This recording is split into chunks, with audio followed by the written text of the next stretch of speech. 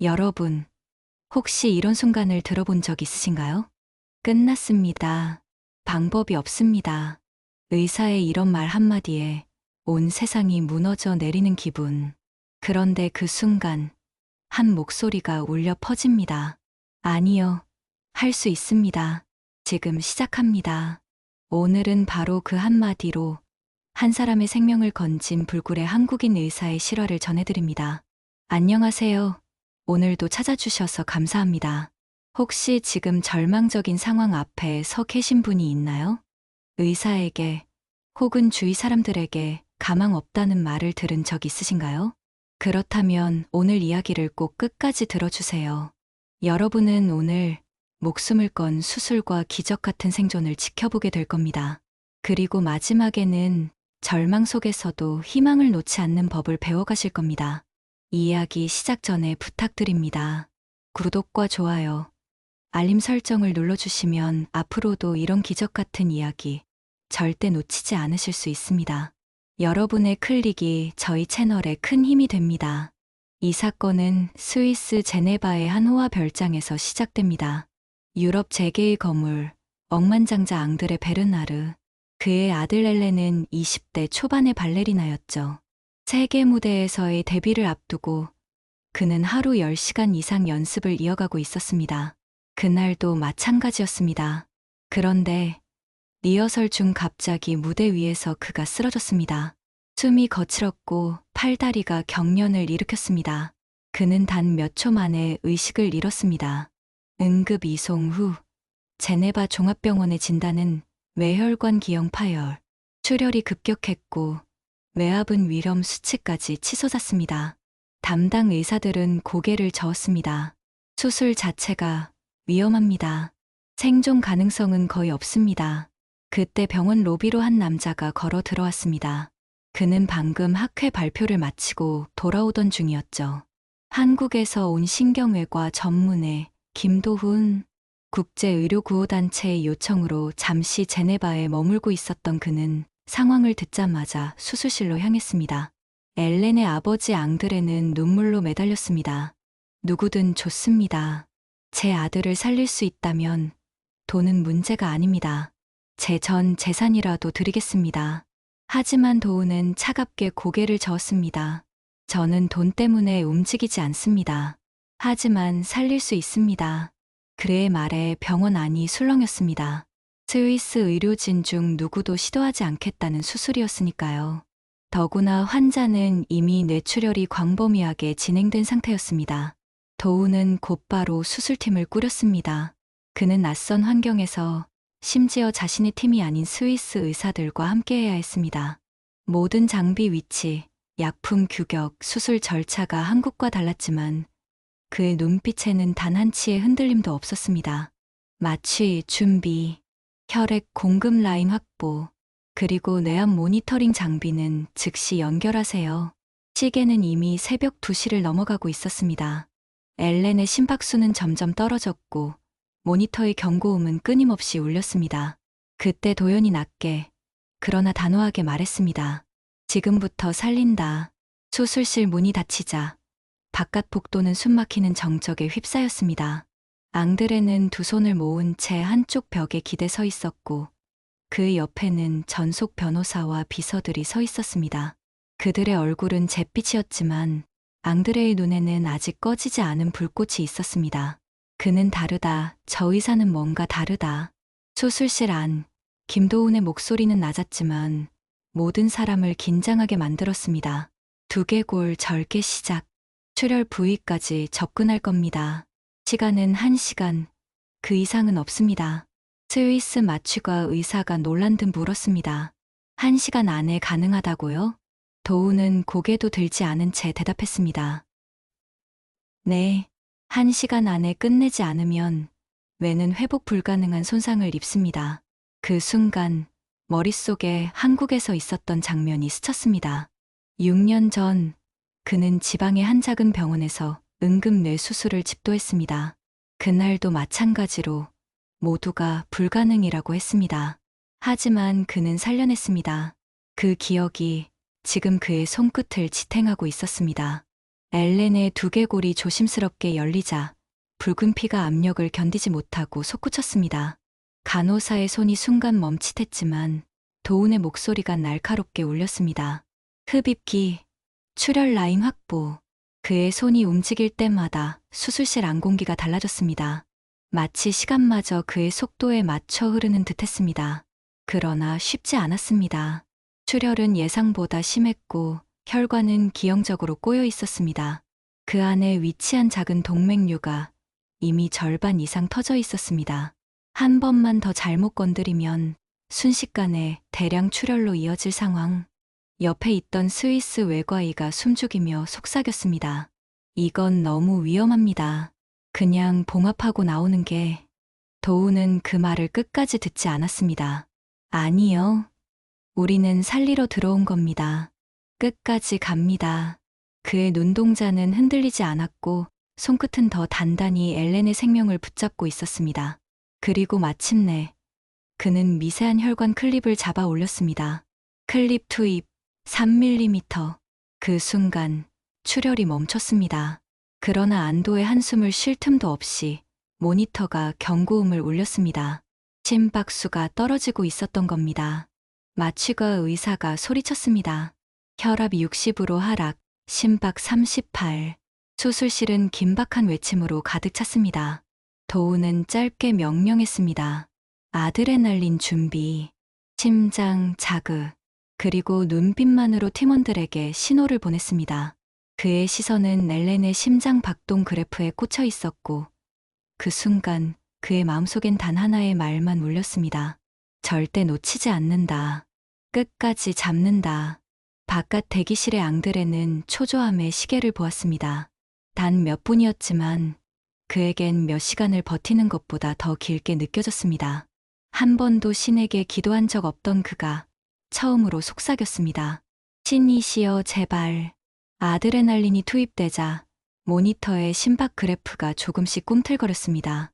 하지만 완전히 안정되기 전 도우는 다시 손을 움직였습니다. 그는 알았습니다. 지금 이 찰나를 놓치면 엘렌의 생명은 끝이라는 걸. 그의 손끝은 바늘보다 더 정밀하게 움직였습니다. 미세한 혈관 사이로 실처럼 가느다란 봉합사가 스며들었고 그 위에 또 하나의 클립이 고정됐습니다. 클립 고정 완료. 출혈 재확인. 조용한 목소리였지만 그 한마디에 수술실 공기가 풀릴 듯 했습니다. 그러나 다음 순간 외압 수치가 급상승했습니다. ICP 40 이상입니다. 마취과 의사의 외침에 도운의 눈이 날카롭게 빛났습니다. 배액 준비, 위치 조정. 그는 주저하지 않고 배액관을 삽입했습니다.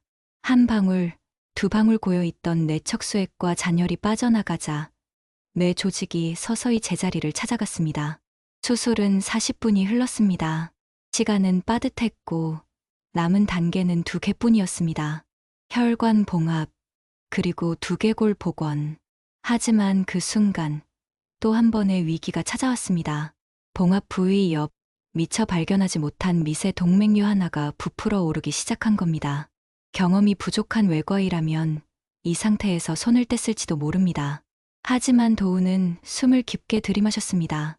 그는 눈으로만 위치를 가늠하더니 손목의 각도를 아주 미세하게 바꿨습니다. 조명, 왼쪽 2도만 낮춰주세요. 스위스 외과의가 놀란 표정으로 물었습니다. 그 각도를 어떻게? 도우는 짧게 대답했습니다. 6년 전 한국에서 같은 위치의 동맥류를 다뤘습니다. 이번이 2번째입니다. 모두가 숨을 죽였고 그 순간 그의 손이 멈추더니 미세한 소리가 났습니다. 아들까.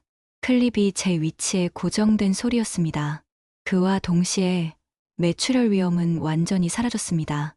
수술실 한쪽에서 깊은 숨소리가 흘렀습니다. 누군가는 그 자리에 주저앉았고 누군가는 조용히 고개를 숙였습니다.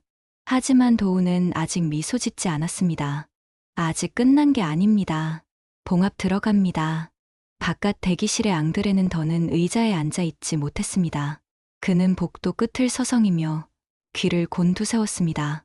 수술실 안에서 흘러나오는 소리 하나하나가 그의 심장을 조이듯 했습니다.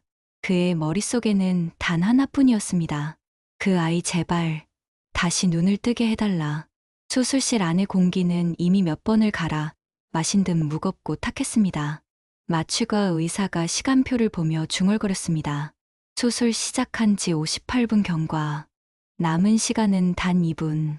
도훈의 손은 여전히 흔들림이 없었습니다. 그는 봉합선을 따라 차례차례 뇌막을 덮어나갔습니다. 바늘이 살짝 지나갈 때마다 아주 작은 찍 소리가 들렸습니다. 그 소리가 이어질 때마다 팀원들의 심장 박동도 조금씩 안정돼 갔습니다. 하지만 마지막 두 땀을 남겨둔 순간 모니터가 또다시 경고음을 울렸습니다. 심박수가 35로 떨어졌고 혈압은 더 내려갔습니다. 마취과 의사가 다급하게 말했습니다. 혈압 50, 심정지, 위험. 순간 수술실의 모든 시선이 도훈에게 향했습니다. 그는 눈을 떼지 않은 채 조용히 명령했습니다. 심장 압박 준비. 수술은 계속합니다. 하지만 중단하면 다시 출혈이 시작됩니다. 동시에 진행합니다. 그 짧은 대화 이후 수술실 안은 두 개의 싸움이 벌어지는 전장이 되었습니다. 도훈은 뇌혈관 봉합을 이어가고 다른 한쪽에서는 심장 압박과 약물 투여가 동시에 진행됐습니다. 그야말로 생명과 시간의 줄다리기였습니다. 마지막 봉합이 끝나는 순간 심장 모니터에서 삐하던 경고음이 뚜뚜뚜로 바뀌었습니다. 심박이 돌아온 겁니다. 마취과 의사가 거의 울먹이며 외쳤습니다. 심박수 72, 혈압 85, 회복 중입니다. 그러나 도훈은 고개를 들지 않았습니다. 그는 곧바로 두개골을 제자리에 맞추고 금속판을 이용해 고정했습니다. 마지막 나사 하나가 딱 하고 자리 잡는 순간 그는 비로소 깊게 숨을 내쉬었습니다. 수술 종료. 시간 1시간 3분. 그 한마디에 수술실 안 모든 사람들이 서로를 바라봤습니다. 누군가는 믿기지 않는다는 표정을 지었고 누군가는 그 자리에서 손을 모아 기도했습니다. 수술실 문이 열리자 대기실에 있던 앙드레가 벌떡 일어섰습니다. 도훈은 피 묻은 수술복을 입은 채 천천히 걸어 나왔습니다. 그의 얼굴은 지쳐 있었지만 눈빛은 단호했습니다. 아들은 살아 있습니다. 순간 앙드레의 무릎이 바닥에 닿았습니다. 그는 두 손으로 얼굴을 감싸쥐고 아무 말도 하지 못한 채 울었습니다. 그 울음은 복도 끝까지 퍼져나갔습니다. 엘렌은 중환자실로 옮겨졌습니다. 머리는 부드러운 붕대로 감겨 있었고 호흡기는 그의 들숨과 날숨을 대신하고 있었습니다. 기계음이 규칙적으로 울렸지만 그 소리가 살아있다는 증거라는 걸 앙드레는 알고 있었습니다. 도훈은 잠시 중환자실 유리창 너머를 바라보다가 옆에 서 있는 앙드레에게 말했습니다. 앞으로 72시간이 가장 중요합니다. 이 시간을 버텨내면 그 후는 우리가 지킬 수 있습니다. 앙드레는 깊게 고개를 숙였습니다. 닥터 김 어떻게 그럴 수 있었습니까? 이 병원에 누구도 시도하지 않았던 일을. 도훈은 잠시 대답하지 않았습니다. 그의 시선은 여전히 엘렌에게 고정돼 있었습니다. 그리고 조용히 그러나 단호하게 말했습니다. 제가 의사가 된 이유가 포기하지 않기 위해서니까요.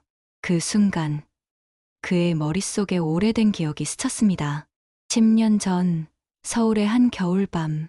그때 그는 인턴이었고 응급실로 교통사고를 당한 한 소녀가 실려왔습니다. 상태는 위중했고 당시 담당 교수는 고개를 저었습니다. 이건 어쩔 수 없어. 그냥 편하게 보내주는 게. 하지만 그 소녀는 도훈과 비슷한 나이였습니다. 그는 그날 처음으로 의료의 포기라는 단어를 들었고 그 순간부터 결심했습니다. 나는 절대 그 말을 입에 담지 않는 의사가 되겠다. 그 소녀는 끝내 숨을 거뒀지만 그날의 기억은 도훈의 가슴에 깊이 박혔습니다. 그리고 오늘 엘렌의 수술대 앞에서 그는 그때의 결심을 다시 꺼내 쥔 것이었습니다. 중환자실의 새벽은 길었습니다. 엘렌의 심박수는 안정됐지만 아직 의식은 돌아오지 않았습니다. 그의 손을 잡고 있던 앙드레는 눈을 감고 중얼거렸습니다. 아들아, 아빠가 여기 있다. 너는 반드시 일어나야 한다. 바깥 복도에서 도훈은 혼자 의자에 앉아 있었습니다. 그의 두 손은 붉게 얼룩져 있었고 어깨는 축 늘어져 있었습니다. 그러나 그의 눈빛만은 여전히 날카로웠습니다. 그에게 이번 수술은 단순한 의학적 성공이 아니었습니다. 그건 한 사람의 목숨을 지키는 싸움이었고, 동시에 과거 자신과의 약속을 지키는 일이었습니다. 수술이 끝난 지 이틀째 되는 아침, 중환자실 창문 너머로 흐릿한 햇빛이 들어왔습니다. 도우는 밤을 꼬박 새우고도 여전히 엘렌 곁을 지키고 있었습니다.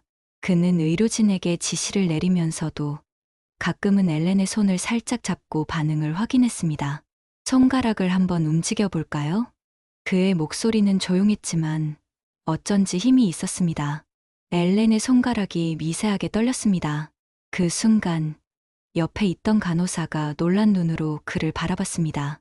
방금 움직였어요. 도운의 표정은 변하지 않았지만 그의 눈동자가 잠시 흔들렸습니다. 그는 천천히 고개를 끄덕였습니다. 좋습니다. 내 기능 회복의 첫 신호입니다. 하지만 방심하지 말아야 합니다. 복도 한쪽에서는 앙드레가 두 손을 모아 쥔 채 조용히 울고 있었습니다. 그는 평생 돈으로 해결할 수 없는 벽을 처음 마주했습니다. 그 벽을 넘어준 사람이 거대 병원이나 세계 최고 권위자가 아닌 한국에서 온 한 젊은 의사라는 사실에 그는 깊은 경외심을 느끼고 있었습니다. 도우는 차트를 살펴보다가 간호사에게 말했습니다. 스문의 시간 안에 호흡기 제거 여부를 판단합시다. 스스로 숨을 쉬기 시작하면 고비는 넘겼다고 볼 수 있습니다. 그의 목소리는 여전히 차분했지만 그 안에는 조심스러운 기대가 묻어 있었습니다. 점심 무렵 엘렌의 눈꺼풀이 살짝 떨렸습니다. 도우는 재빨리 다가가 목소리를 낮췄습니다. 엘렌, 제 목소리 들리나요? 잠시 후 그의 입술이 미세하게 움직였습니다.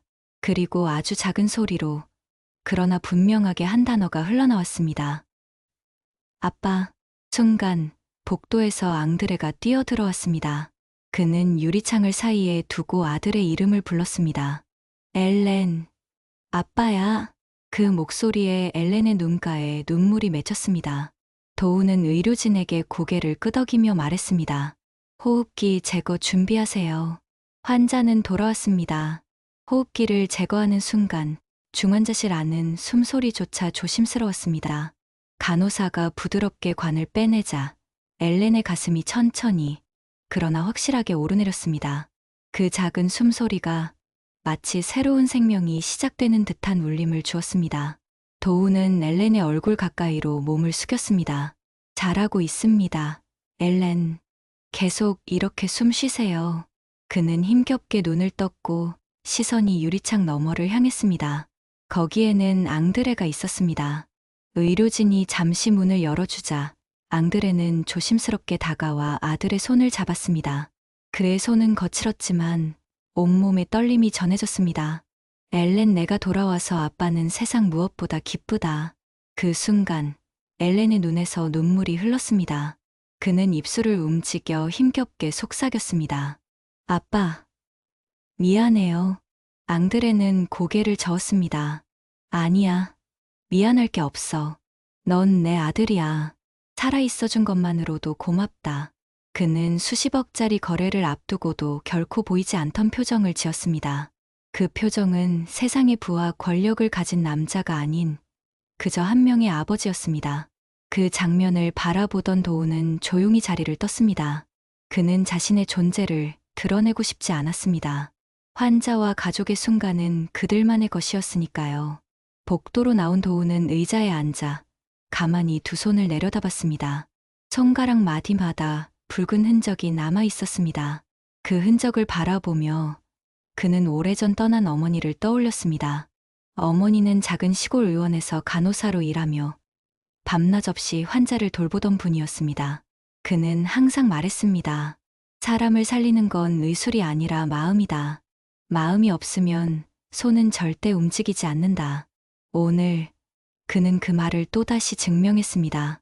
그의 손은 단순히 뇌혈관을 봉합한 것이 아니라 한 가정의 삶을 다시 잇고 있었습니다. 수술 성공 소식은 병원 안을 넘어 제네바 전역으로 퍼져나갔습니다.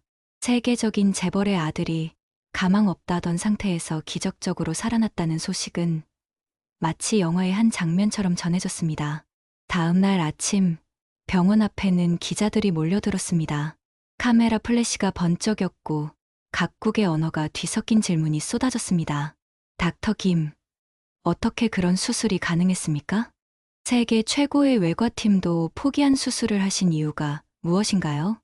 혹시 앙드레 베르나르 씨로부터 특별한 보상을 받으셨나요? 도우는 잠시 숨을 고르더니 짧게 대답했습니다. 저는 제 일을 했을 뿐입니다. 누군가 살릴 수 있다면 시도해야 합니다. 그게 의사이니까요. 그는 그 이상 아무 말도 하지 않고 병원 안으로 들어갔습니다. 기자들은 더 많은 말을 끌어내려 했지만 도우는 환자 상태를 확인하는 것이 먼저였습니다.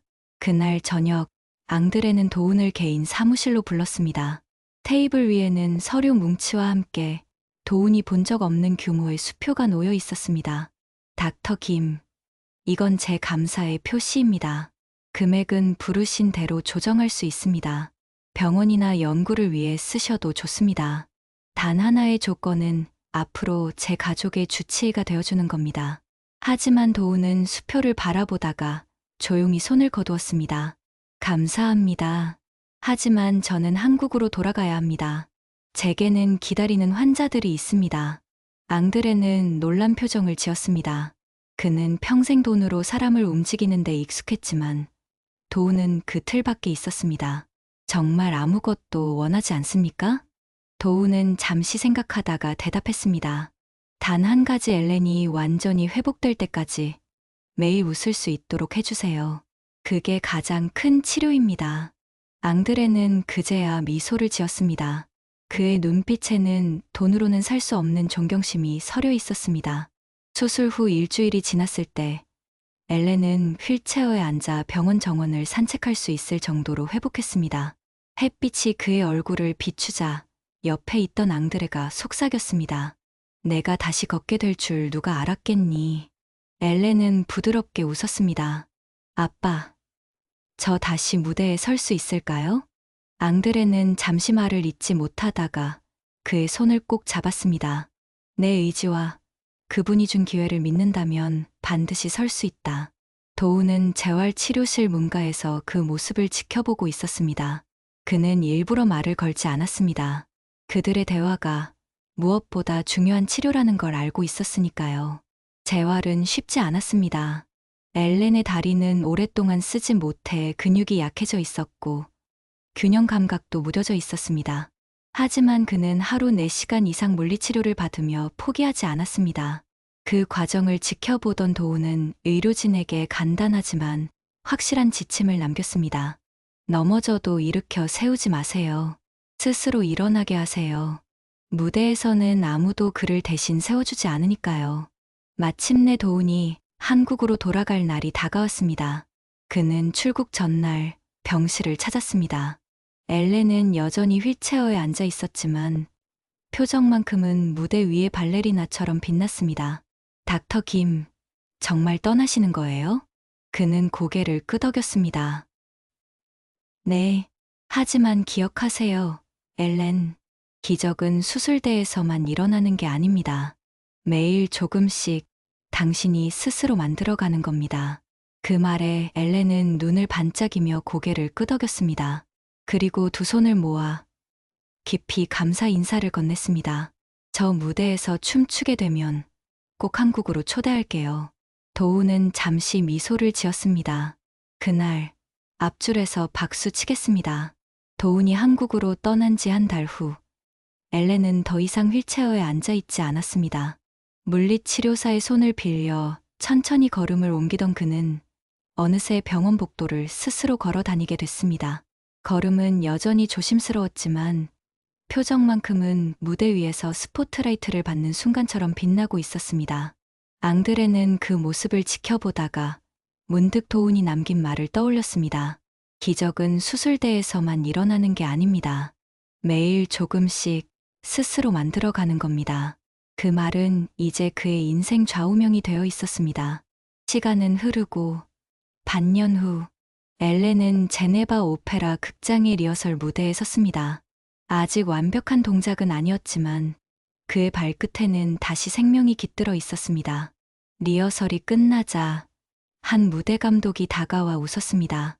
엘렌, 그 의사분께 소식 전하셔야죠. 당신을 다시 무대에 세운 분이잖아요.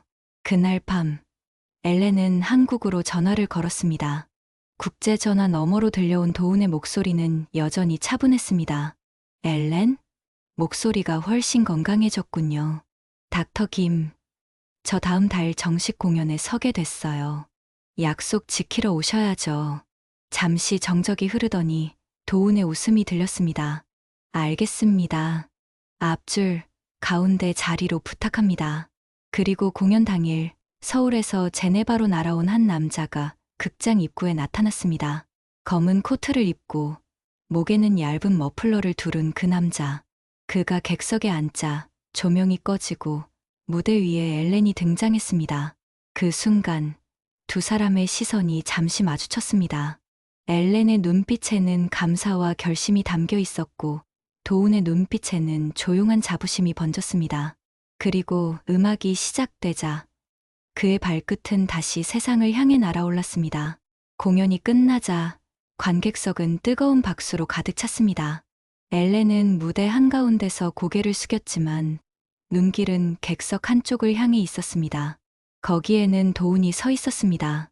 그의 손끝에서 힘차게 울려 퍼지는 박수 소리는 그 어떤 갈채보다도 따뜻했습니다. 커튼콜이 끝난 뒤 백스테이지로 향하던 엘렌은 문 앞에서 도훈을 발견했습니다.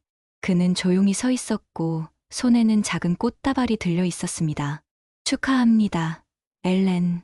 오늘 무대는 완벽했습니다. 엘렌은 꽃을 받아들며 눈물이 고였습니다. 닥터 김, 이 순간이 올 줄은 정말 몰랐어요. 그리고 이건 모두 당신 덕분이에요. 그때 앙드레도 다가왔습니다. 그의 눈가 역시 붉게 물들어 있었습니다. 닥터 김, 저는 평생 돈으로 사람을 움직여왔습니다. 하지만 당신은 단 한 푼도 받지 않고 제 아들을 살렸습니다. 그 은혜는 평생 갚을 수 없을 겁니다.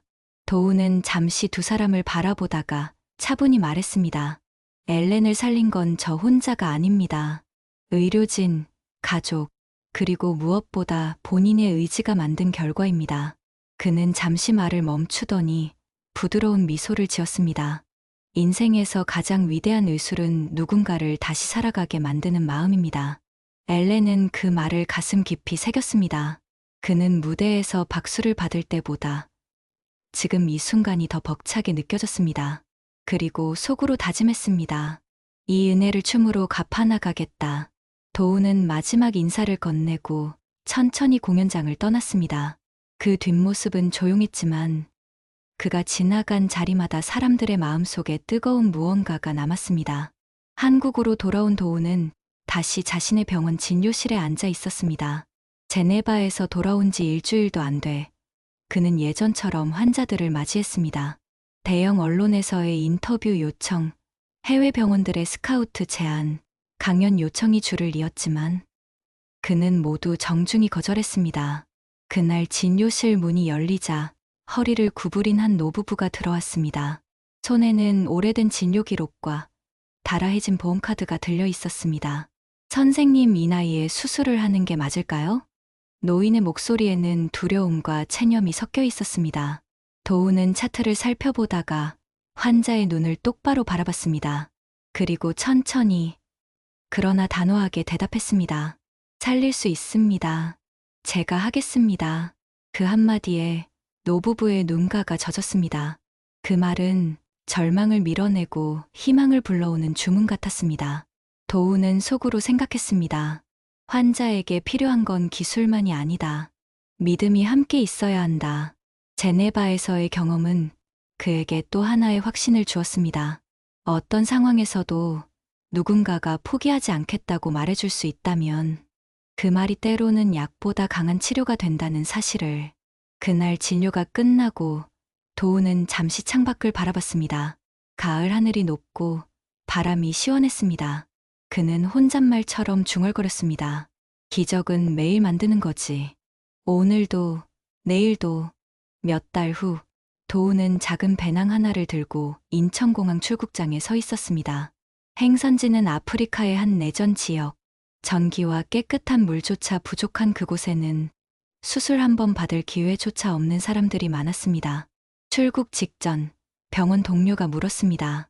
왜 이렇게 힘든 곳만 골라가는 겁니까? 이제 제네바 사건으로 유명해졌으니 더 편하고 좋은 자리도 많을 텐데요. 도우는 웃었습니다. 누구나 가고 싶어 하는 곳에는 이미 많은 의사가 있습니다. 하지만 가기 두려워하는 곳엔 누군가 꼭 있어야 하니까요. 비행기 안에서 그는 창밖을 바라봤습니다. 구름 위로 햇살이 번졌고 그 빛은 마치 새로운 시작을 축복하는 것 같았습니다. 그는 제네바에서의 엘렌, 그리고 수많은 환자들의 얼굴을 떠올렸습니다. 그들에게 공통점이 하나 있었습니다. 누군가 끝까지 믿어줬을 때 그들은 다시 살아났다는 것. 그 믿음을 주는 게 자신의 일이라고 그는 믿고 있었습니다. 도우는 손가락을 꼭 쥐었습니다. 그 손은 수많은 생명을 살려왔지만 그는 알고 있었습니다. 아직도 살려야 할 생명들이 더 많다는 것을. 비행기는 구름을 뚫고 푸른 하늘로 올라갔습니다. 그리고 그의 마음 속엔 단 하나의 문장만이 울리고 있었습니다. 오늘도 나는 기적을 만들러 간다. 아프리카 북부의 한 작은 마을. 낡은 천막을 개조한 임시 진료소는 이미 사람들로 가득 차 있었습니다. 도우는 하루에 수십 명의 환자를 진료했고 밤이 되면 전기 대신 랜턴 불빛 아래서 기록을 정리했습니다. 그러던 어느 날 저녁 밖에서 다급한 외침이 들려왔습니다. 응급, 총상 환자입니다. 2명의 마을 주민이 피투성이가 된 소년을 들고 들어왔습니다. 소년의 오른쪽 옆구리에서 피가 멈추지 않고 흘러내렸습니다. 도우는 즉시 환자를 침대에 눕혔습니다. 지혈대, 소독약, 그리고 랜턴 2개 더. 그러나 마을에는 수술실도 제대로 된 장비도 없었습니다. 그는 심호흡을 한 뒤 주변 의료 봉사자들을 바라봤습니다. 여기 있는 걸로 할 수 있습니다. 모두 집중하세요. 피는 멈출 기미가 보이지 않았고 소년의 얼굴은 점점 창백해졌습니다. 누군가 작게 중얼거렸습니다. 이건 가망이 없는 거 아닌가요? 그 말이 끝나기도 전에 도운의 목소리가 단호하게 울렸습니다.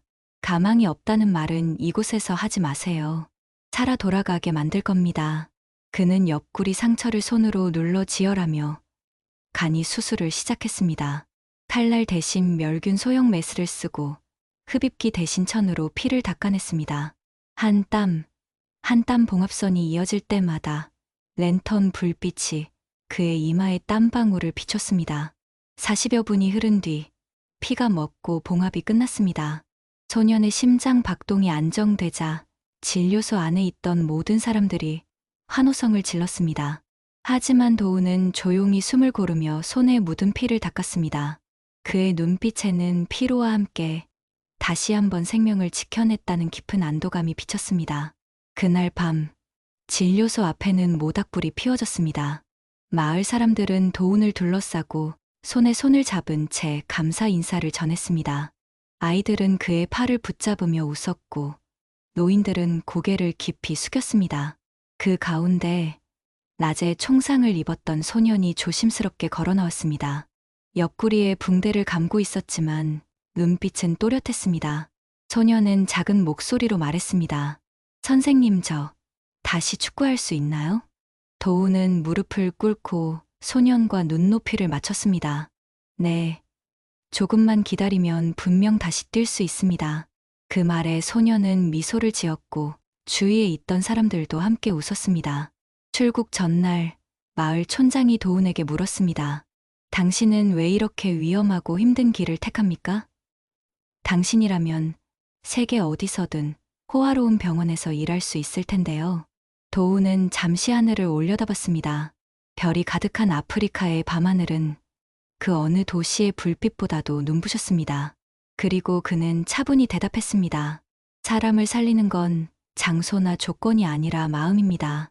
저는 그 마음이 필요한 곳에 있을 뿐입니다. 비행기에 오르기 전 그는 마지막으로 진료소를 돌아봤습니다. 낡은 천막이었지만 그 안에서 수많은 숨이 다시 뛰기 시작했고 눈물이 웃음으로 바뀌었습니다. 그의 발걸음은 또다시 새로운 길을 향했습니다. 그 길은 쉽지 않았지만 그는 알고 있었습니다. 기적은 특별한 날에만 일어나는 게 아니라 매일 누군가의 마음속에서 자라난다는 것을. 그리고 그날 이후 사람들은 그의 이름을 이렇게 기억했습니다. 가망 없다던 생명을 살려낸 불굴의 한국인 의사. 여러분, 오늘 이야기가 마음에 울림이 있었다면 꼭 구독과 좋아요, 알림 설정 눌러주시길 부탁드립니다. 여러분의 작은 응원이 저희에게 큰 힘이 되고 앞으로도 이런 감동적인 이야기를 계속 전할 수 있는 원동력이 됩니다.